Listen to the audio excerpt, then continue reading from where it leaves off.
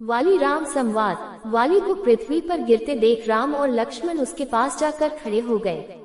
जब वाली की चेतना लौटी और उसने दोनों भाइयों को अपने सम्मुख खड़े देखा तो वह कठोर शब्दों में बोला, हे रघुनंदन, आपने छिपकर जो मुझ पर आक्रमण किया उससे आपने कौन सा गुण प्राप्त कर लिया, किस महान यश का उपार्जन कर लिया। यद्यपि तारा ने सुग्रीव की और आपकी मैत्री के विषय में मुझे बताया था, परंतु मैंने आपकी वीरता, शौर्य, पराक्रम, धर्मपरायणता, न्यायशीलता आदि गुणों को ध्यान में रखते हुए उसकी बात नहीं मानी थी और कहा था कि न्यायशील राम कभी अन्याय नहीं करेंगे। आज मुझे ज्ञात हुआ कि आपकी मति मारी गई है। आप दिखावे के लिए धर्म का चोला पहने हुए हैं, वास्तव में आप अधर्मी हैं। आप साधु पुरुष के वेश में एक पापी हैं। मेरा तो आपके साथ कोई बैर भी नहीं है, फिर आपने एक क्षत्रियों को लजाने वाला कार्य क्यों किया। आप नरेश हैं। राजा के गुण साम, दाम, दंड, भेद, दान, क्षमा, सत्य, धैर्य और विक्रम होते हैं। कोई राजा किसी निरपराध को दंड नहीं देता। फिर आपने मेरा वध क्यों किया है। हे राजकुमार, यदि आपने मेरे समक्ष आकर मुझसे युद्ध किया होता तो आप अवश्य ही मेरे हाथों मारे गए होते। जिस उद्देश्य के लिए आप सुग्रीव की सहायता कर रहे हैं, उसी उद्देश्य को यदि आपने मुझसे कहा होता तो मैं एक ही दिन में मिथिलेश कुमारी को ढूंढकर आपके पास ला देता। आपकी पत्नी का अपहरण करने वाले दुरात्मा राक्षस रावण के गले में रस्सी बांधकर आपके समक्ष प्रस्तुत कर देता। आपने अधर्म पूर्वक मेरा वध क्यों किया। वाली के कठोर वचनों को सुनकर रामचंद्र ने कहा, वानर, धर्म, अर्थ, काम और लौकिक सदाचार के विषय तुम्हें ज्ञान ही नहीं है।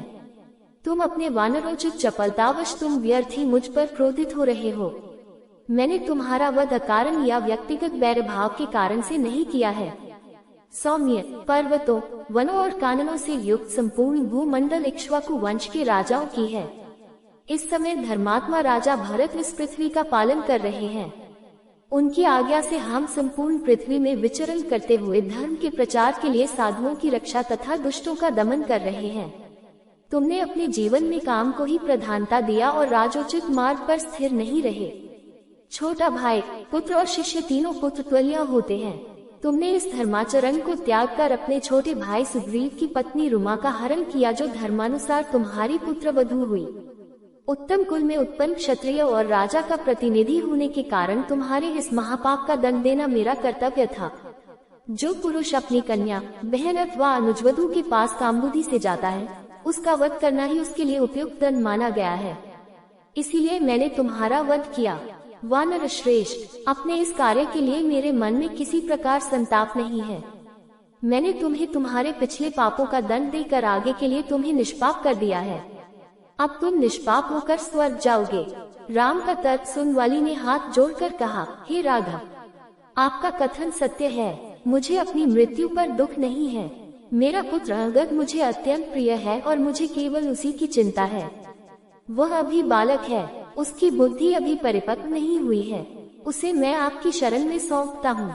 आप इसे सुग्रीव की भांति ही अभय दे, यही आपसे मेरी प्रार्थना है। इतना कहकर वाली चुप हो गया और उसके प्राण पखेरु उड़ गए।